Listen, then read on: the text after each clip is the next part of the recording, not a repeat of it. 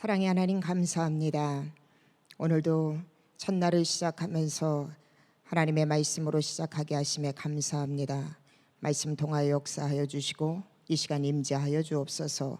부족한 종 하나님 사용하여 주옵소서. 감사하며 예수님의 이름으로 기도합니다. 아멘. 아멘. 오늘 우리에게 주신 말씀은 로마서 3장 9절에서 20절까지 말씀입니다. 로마서 3장 9절에서 20절까지 이 시간 함께 말씀을 합독하도록 합니다. 시작. 그러면 어떠하냐? 우리는 나으냐? 결코 아니라. 유대인이나 헬라인이나 다 죄 아래에 있다고 우리가 이미 선언하였느니라. 기록된 바 의인은 없나니 하나도 없으며 깨닫는 자도 없고 하나님을 찾는 자도 없고 다 치우쳐 함께 무익하게 되고 선을 행하는 자는 없나니 하나도 없도다. 그들의 목구멍은 열린 무덤이요 그 혀로는 속임을 일삼으며 그 입술에는 독사의 독이 있고 그 입에는 저주와 악독이 가득하고 그 발은 피 흘리는 데 빠른지라. 파멸과 고생이 그 길에 있어 평강의 길을 알지 못하였고 그들의 눈앞에 하나님을 두려워함이 없느니라 함과 같으니라. 우리가 알거니와 무릇 율법이 말하는 바는 율법 아래에 있는 자들에게 말하는 것이니 이는 모든 입을 막고 온 세상으로 하나님의 심판 아래에 있게 하려 함이라. 그러므로 율법의 행위로 그의 앞에 의롭다 하심을 얻을 육체가 없나니 율법으로는 죄를 깨달음이니라. 아멘. 아멘. 지금까지 우리가 말씀을 살펴본 것처럼 바울은 이방인이든 또 유대인이든 율법에 상관없이 모든 사람이 죄인임을 말씀을 통하여서 이야기하고 있습니다. 그리고 본문은요, 특별히 9절 말씀을 통하여서 바울은 이렇게 시작을 합니다. 그러면 어떠하냐? 우리는 나으냐? 결코 아니라. 유대인이나 헬라인이나 다 죄 아래에 있다고 우리는 이미 선언하였느니라. 기록된 바 의인은 없나니 하나도 없으며. 이렇게 바울은 이야기합니다. 그러면서 바울은요, 마치 법정에서 검사가 선언하는 것 같이 죄에 대해서 바울은 본문을 통하여서 선언을 하고 있습니다.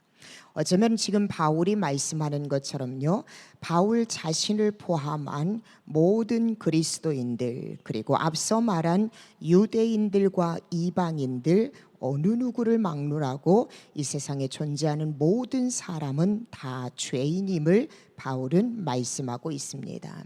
이것은요, 곧 모든 인간이 전적으로 다 타락한 결과이고, 또 이렇게 죄인인 모든 인간은 마지막 날에 하나님의 심판대 앞에 설 것임을 명쾌하게 말씀을 통하여서 바울은 규명을 하고 있습니다. 그렇다면은 유대인이든 이방인이든 그리고 모든 그리스도인이든 다 죄인이며 하나님의 심판대 앞에 설 터인데, 그러면은 이 땅을 살아가는 우리들은 이 죄의 문제를 해결하지 않고는 결단코 우리는 영원한 생명을 얻을 수가 없습니다. 그래서 바울은요, 오늘 로마서 3장 9절에서 20절 말씀을 통하여서 우리가 이 죄의 문제, 세상에 존재하는 모든 사람은 다 죄인인데 이 죄의 문제를 해결하기 위해서는 우리는 어떻게 살아가야 하는가, 어떠한 인식이 필요한가를 본문을 통하여서 우리에게 교훈하고 있습니다. 저와 여러분이 오늘 이 아침 이 말씀을 통하여서 죄의 문제를 해결하기 위해서 우리가 어떻게 오늘을 살아가야 하는가를 바울을 통하여서 함께 교훈을 얻는 귀한 시간이 되기를 주님의 이름으로 축복합니다.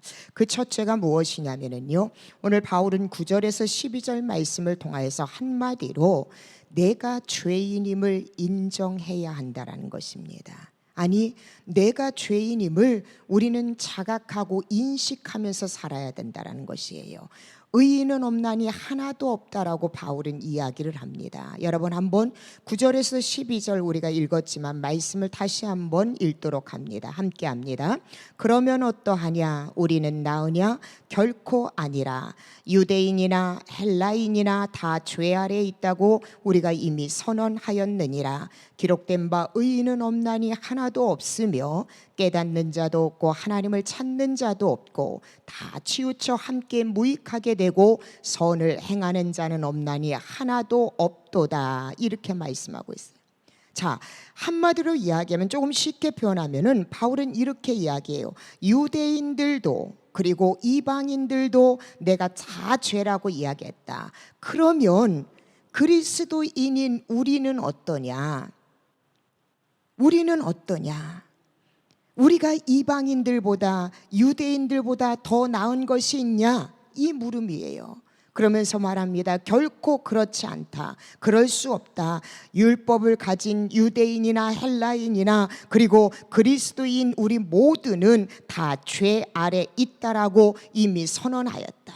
그러면서 바울은요 시편 14편을 통하여서 오늘 10절 말씀 이하를 인용하고 있는 거예요. 성경에도 기록되기를 의인은 없나니 하나도 없고 깨닫는 자도 없고 하나님을 찾는 자도 없고 다 치우쳐 무익하게 되었고 선을 행하는 자는 없으니 하나도 없다. 결국 바울은요 이 시편 14편의 말씀을 인용하면서 한마디로 이야기해서 이 땅의 모든 사람들은 다 죄인이다. 단 한 사람도 의인은 없다라고 이야기를 해요. 시편 14편을 보면은요 하나님께서 하늘에서 이 땅을 보면서요 하나님을 찾는 자가 있는가 하고 살펴보았지만은 단 한 사람도 없다라고 이렇게 표현을 하고 있습니다. 사랑하는 성도 여러분, 아담과 하와 이래로요 하나님 앞에 불순종함으로 말미암아 이 땅을 살아가는 모든 사람은요 우리는 원죄를 안고 태어납니다. 그리고 이 원죄를 안고 태어난 우리 모든 인간은요 이 땅에서 우리 스스로요 죄를 짓고 또 하나님을 찾지 않고 하나님의 말씀에 불순종하는 자리에 우리가 나아갈 때가 있다라는 거예요. 한마디로 이야기하면 죄를 짓기 때문에 아담 이후로 죄를 짓기 때문에 죄인이 아니라 죄인이기 때문에 우리는 죄를 짓고 지금 살아가고 있다라는 거예요. 이미 우리는요 원죄를 가지고 태어나요. 그래서 여러분 끊임없이 우리는요 죄 가운데 살아가고 죄인이기 때문에 우리는 죄를 지으면서 살아간다라는 거예요. 그래서 여러분 우리가 이 땅에서 나의 죄의 문제를 해결안 받기 위해서 제일 먼저 우리가 인식해야 되는 것이 무엇이냐면은 깨달아야 되는 것이 무엇이냐면 오늘 바울을 통하여서 우리에게 전해주시는 메시지처럼 내가 죄인이라는 것을요 우리는 반드시 인식하고 깨달아야 한다는 것입니다. 내가 죄인이라는 것을 깨닫는 것이 왜 중요하냐면 여러분 내가 죄인이라는 것을 깨닫지 못하면은요 나는 죄의 문제를 해결할 받으려고 우리는요 노력하지도 않고 이 죄에서 나를 구원해 줄 수 있는 그 누군가를 찾지도 않아요. 반면에 내가 죄인인 것을 알고 죄인인 것을 깨닫는 사람은요 이 죄의 문제를 내가 해결함 받기 위해서 이 죄의 문제를 해결해 줄 수 있는 구원자를 찾게 된다는 거예요. 우리가 전도를 하면서도 여러분 가장 전도의 문이 막히는 사람 중에 한 사람을 찾으라면 어떤 사람인 줄 아세요? 자기가 죄인인 것을 깨닫지 못하는 사람이에요. 나는 가정에서도 충실하고 사회에서도 충실하고 나는 도덕적으로도 큰 죄를 범하지 않았다. 그래서 나는 죄인이 아니다. 나는 참 잘 살고 있다라고 생각하는 사람들에게는요 전도가 막혀요. 여러분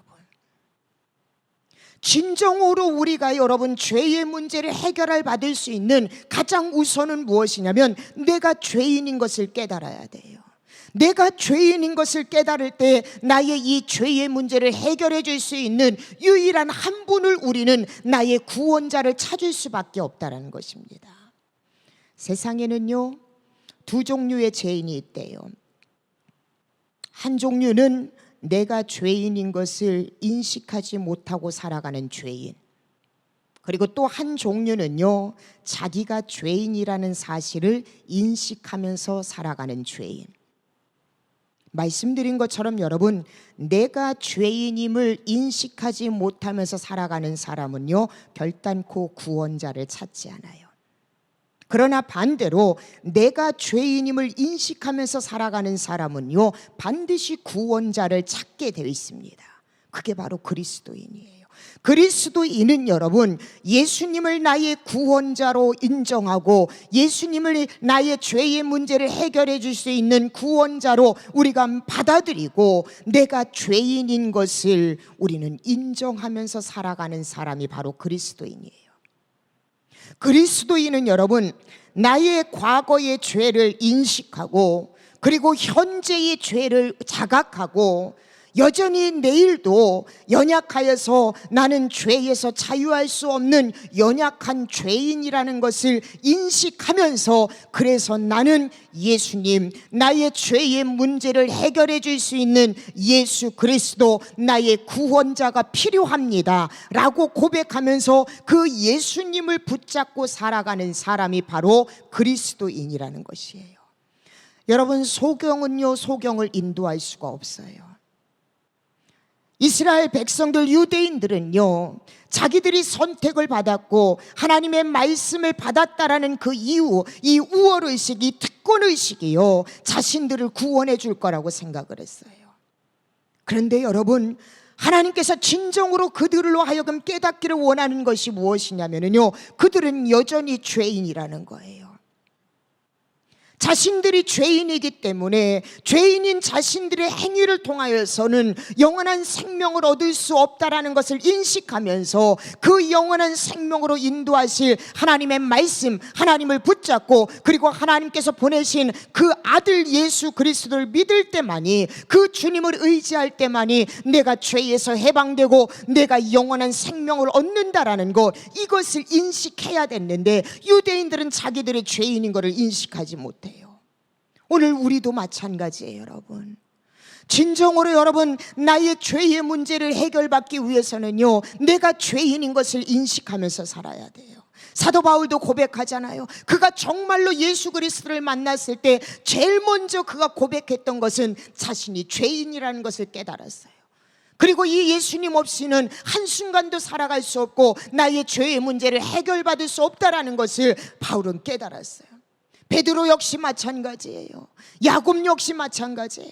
하나님 앞에 쓰임받고 죄의 문제를 해결 안 받았던 그 모든 사람들은요, 제일 먼저 나타나는 현상이 무엇이냐면 내가 죄인이라는 거. 그래서 내가 이 죄의 문제를 해결받기 위해서는 구원자 예수 그리스도를 내가 붙잡을 때만이, 믿을 때만이 내가 해결 안 받을 수 있다라는 거, 내가 죄인임을 인식하면서 살아갈 때에 그들의 삶의 가치관과 질이 달라졌다는 것이에요.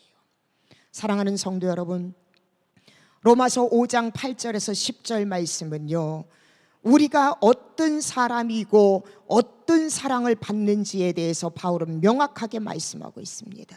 한번 여러분 가정에서도 함께 말씀을 읽도록 하겠습니다. 시작. 우리가 아직 죄인 되었을 때에 그리스도께서 우리를 위하여 죽으심으로, 내가 아직 죄인 되었을 때에 그리스도께서 나를 위하여 죽으심으로 하나님께서 나에 대한 자기의 사랑을 확증하셨느니라. 그러면 이제 우리가 그의 피로 말미암아 의롭다 하심을 받았으니 더욱 그로 말미암아 진노하심에서 구원을 받을 것이니, 곧 우리가 원수 되었을 때에 그의 아들의 죽으심으로 말미암아 하나님과 화목하게 되었은지, 화목하게 된 자로서는 더욱 그의 살아나심으로 말미암아 구원을 받을 것이니라. 사랑하는 여러분, 내가 죄인 되었을 때, 내가 연약할 때에, 내가 하나님과 원수 되었을 때에 하나님께서는요, 예수 그리스도를 이 땅에 보내주셨고, 그 예수 그리스도를 믿음으로 말미암아 나는 여러분 진노에서 벗어나게 되어졌고, 나는 영원한 생명, 하나님의 사랑이 예수 그리스도를 통하여서 나를 얼마나 사랑하고 계시는가를 확증하여 보여주셨다라고 바울은 이렇게 이야기하고 있어요. 내가 죄인 되었을 때에 이러한 은혜를 받았다라는 것을 깨달았을 때는요, 세상이 얼마나 힘들고 어렵고 광야 같은 삶을 살아간다 하더라도, 세상에서 유혹하고 핍박한다 하더라도 바울은요 결단코 하나님에 대한 믿음만큼은 흔들리지 않았어요. 오늘 우리도 마찬가지입니다. 여러분, 우리의 의로는요, 우리의 선한 행위로는요 결단코 우리는 죄에서 벗어날 수 없어요.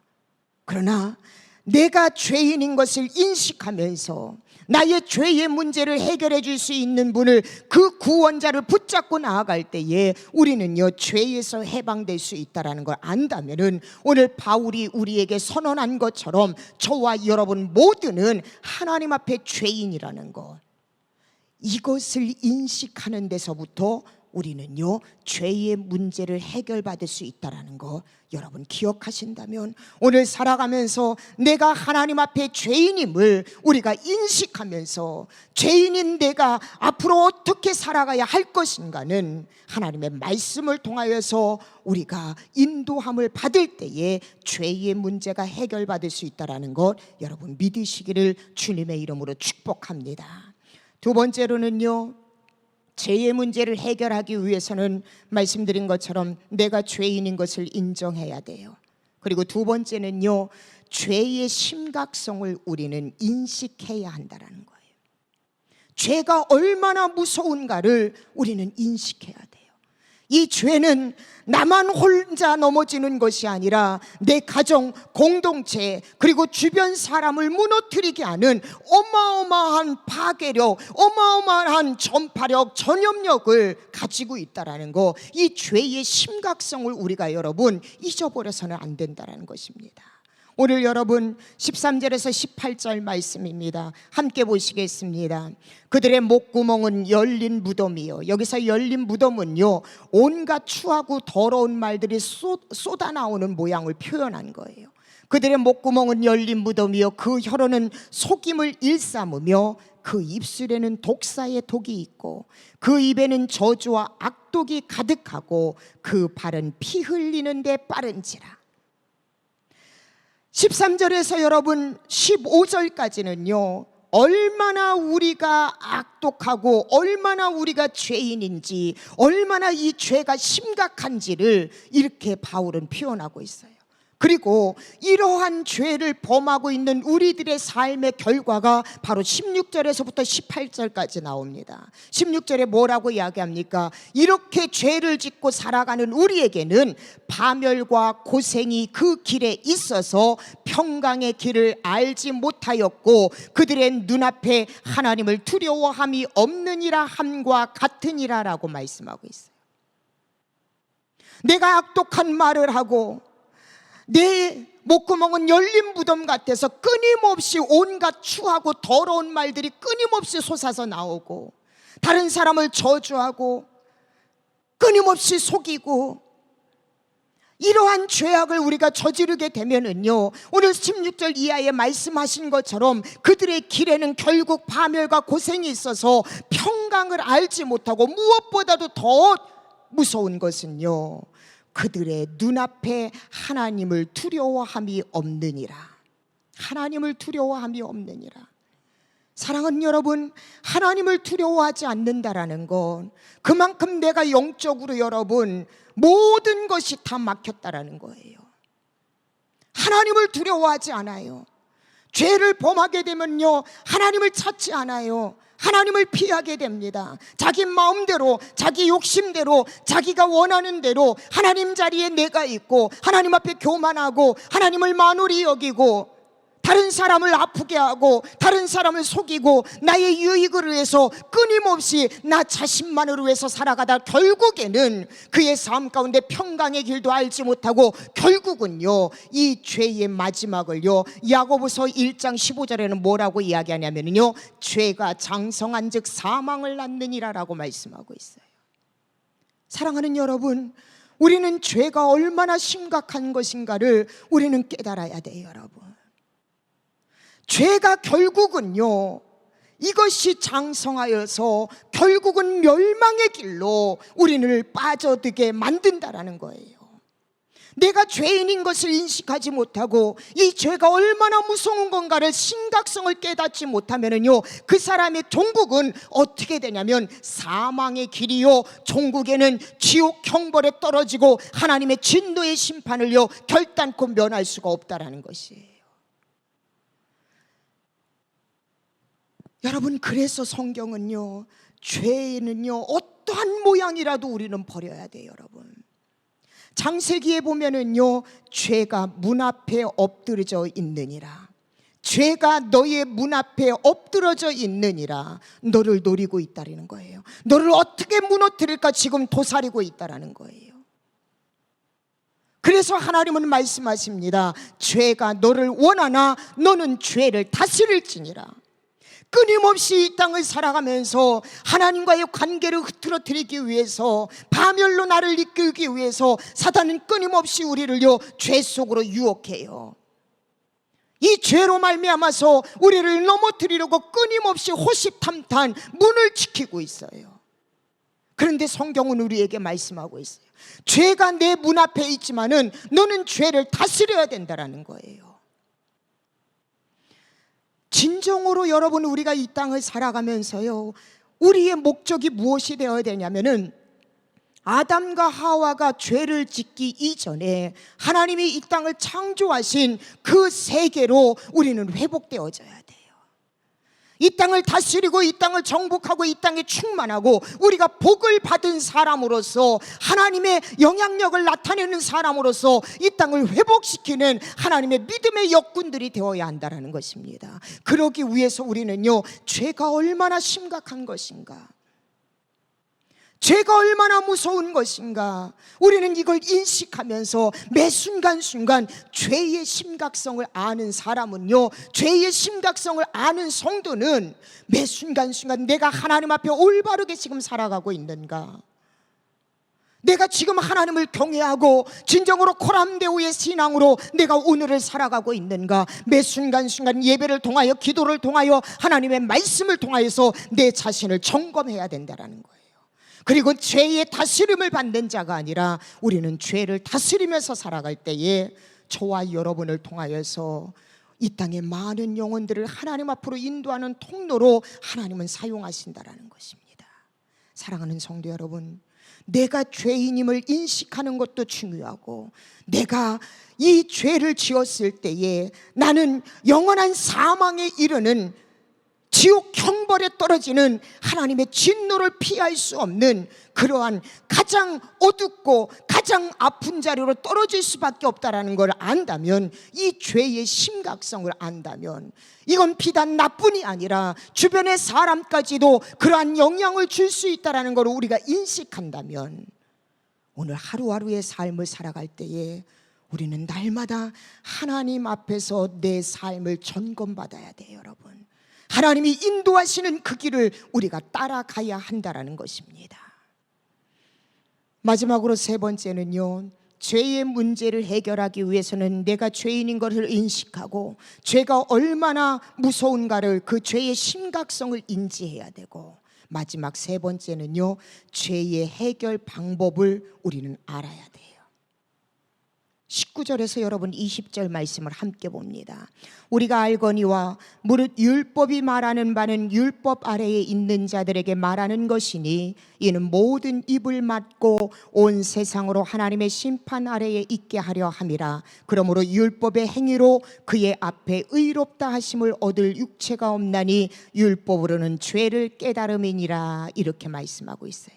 19절에 율법 아래에 있는 자들, 이 율법 아래에 있는 자들은요, 누구를 이야기하냐면 모세 율법을 받은 유대인들과 또 양심의 율법을 받은 이방인들, 즉 이 땅에 속한 모든 사람들을 통틀어서 이야기하는 것입니다. 이 땅에 속한 모든 사람들은 입을 다물어라 라고 이야기를 해요. 자, 이 말은요, 입을 다물라라는 얘기는 너희가 어떠한 변명도 할 수 없다라는 뜻을 이야기합니다. 다시 말하면 19절은요, 이 땅에 있는 모든 사람들은 하나님의 심판을 반드시 받을 수밖에 없다라는 거예요. 하나님의 심판대 앞에 섰을 때 어떠한 변명도 어떠한 말도 할 수 없는 자리에 있는 사람들이 바로 이 땅에 있는 우리 모든 사람이라는 것이에요.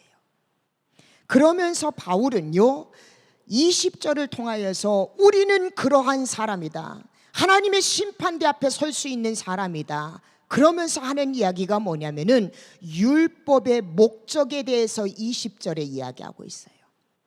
자, 19절에 이 땅의 모든 사람은 심판을 받는다. 그러면서 20절에는요 율법의 목적을 이야기해요. 바울이 이렇게 서술하는 이유가 뭐냐면은 유대인들은요 율법을 완벽하게 지키면은 자기들이 하나님의 심판을 면할 거라 생각을 해요. 이방인들은요 양심의 율법을 잘 지키면은 진노의 날이 있지 않을 거다라고 그들 스스로는 생각합니다. 근데 바울은 19절에 아니, 모든 사람은 하나님의 심판대에 설 거다, 너희들은 어떤 변명도 하지 못한다, 너희들이 생각하고 있는 구원의 통로라고 말하는 양심의 율법, 모세의 율법의 기능은 그 율법이 너희를 구원하는 것이 아니라 율법의 기능은 이것이다, 율법의 목적은 이것이다 라고 바울은 오늘 20절을 통하여서 말씀하고 있는 거예요. 자, 요약하면은요 율법의 목적 기능이 뭐냐면 첫째는요 율법은 여러분 죄를 깨닫게 해준다라는 거예요. 20절에 말씀한 것처럼 율법으로는 죄를 깨달음이니라.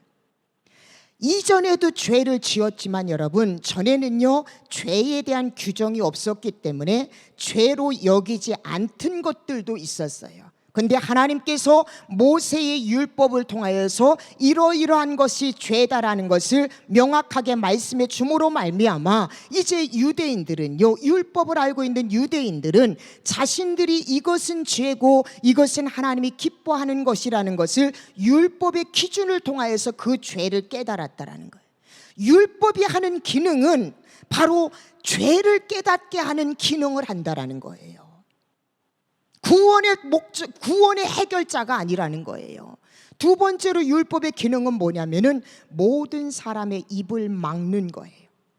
이 말씀의 의미는 뭐냐면 유대인들은요 자신들이 의롭다고 생각했어요. 그래서 이방인들은 구원받을 가치도 없다라고 생각해요. 근데 바울은 이야기합니다. 자신을 의롭다고 항변하는 뛰어난 말재주를 틀어 막아서 이제 더 이상은 말하는 것을 멈추게 한다. 여러분 보십시오.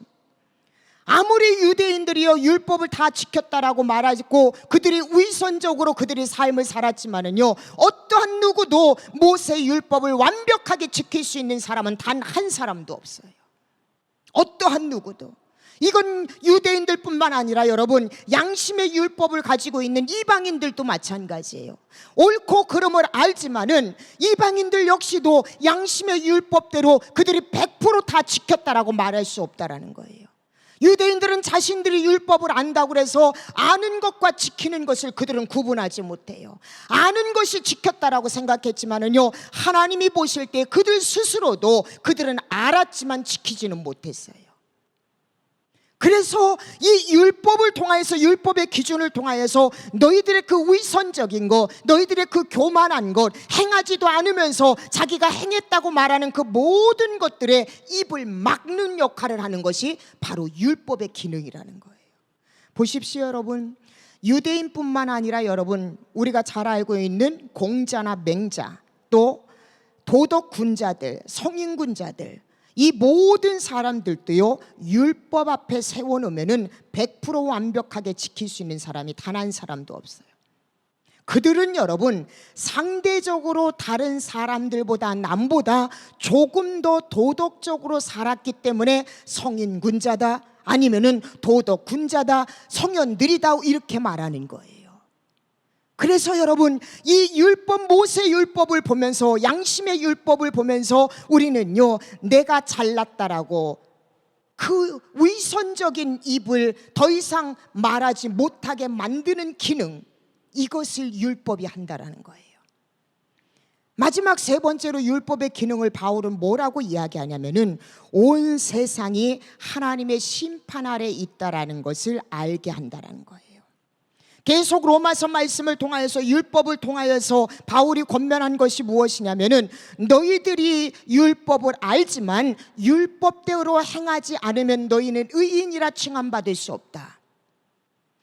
의인이라 칭함받지 못하면 결국 그들은 진노의 심판을 받는 거예요. 근데 여러분, 율법은요, 앞서 말씀드린 것처럼 내가 100% 다 지킬 수가 없어요.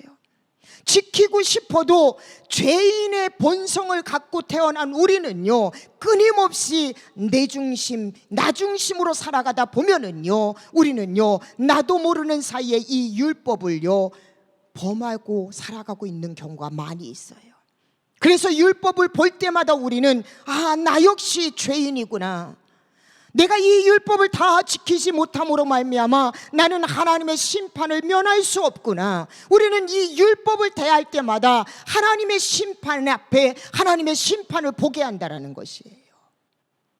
율법의 기능은 여러분, 이렇게 여러분 죄를 깨닫게 하는 기능, 내가 잘났다라고 말하는, 나는 괜찮다라고 말하는, 나는 위인이다라고 말하는 내 이 위선적인 교만한 입을 틀어막게 하고요, 결국 내가 율법을 100% 지키지 못함으로 말미암아 내 자신을 바라보면서 나는 하나님의 심판을 면할 수 없구나라고 내 자신을 율법을 통하여서 바라보게 된다는 거예요.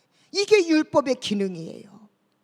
그런데 한 차원 더 나아가서 율법은 이렇게 우리로 하여금 죄인인 것을 깨닫게 하고 인간의 연약함을 알게 하고 그것의 절망을 통하여서 내가 정말로 이 죄의 문제, 구원을 얻기 위해서, 영원한 생명을 얻기 위해서는 그러면 나는 어떻게 해야 하는가로 그 자리로 우리를 인도하여 준다라는 거예요.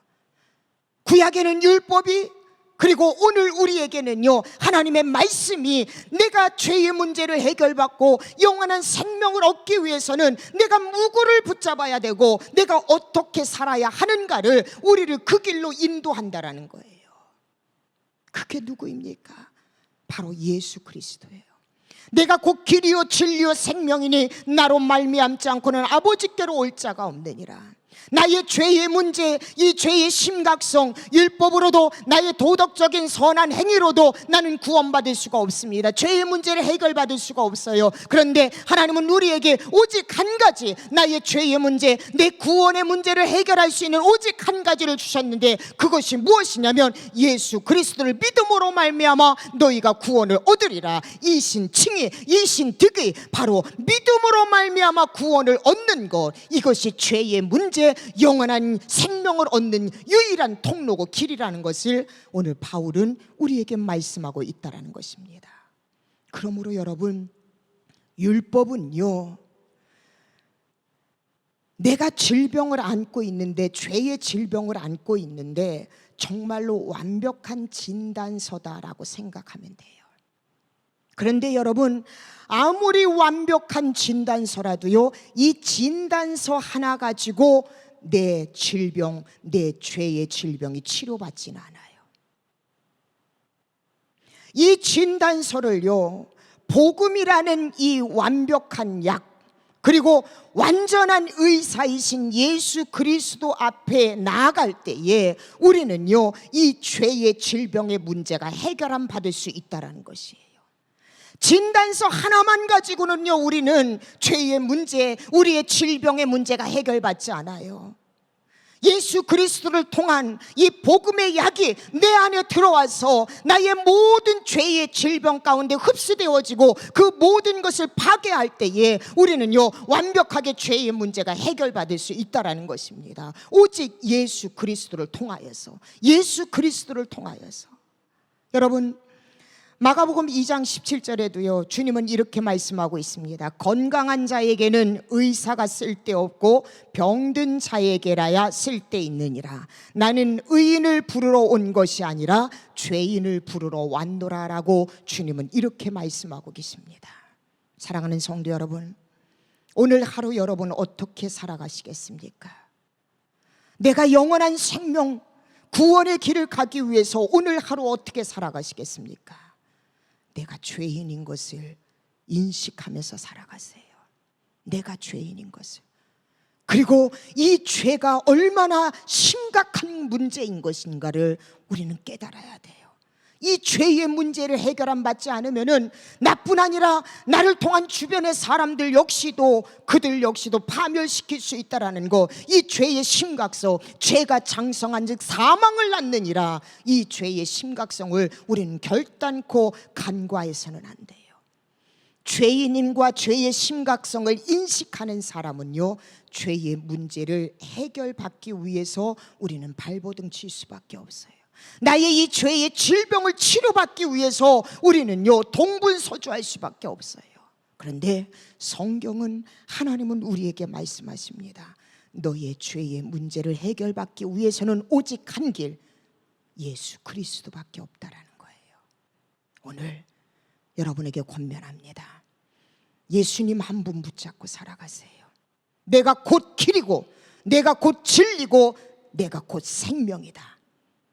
길이요 진리요 생명이 되신 주님 한 분 바라보고 주님 한 분 붙잡고 나아갈 때에 여러분의 마지막 종착지는요, 바로 생명의 길일 수밖에 없다라는 것 믿음으로 믿으신다면 오늘 목요일 이 하루 예수님 한 분 바라보고 예수님 한 분이면 충분합니다. 이 신앙의 고백으로 오늘을 살아가는 사랑하는 우리 모든 성도들 되시기를 주님의 이름으로 축복합니다.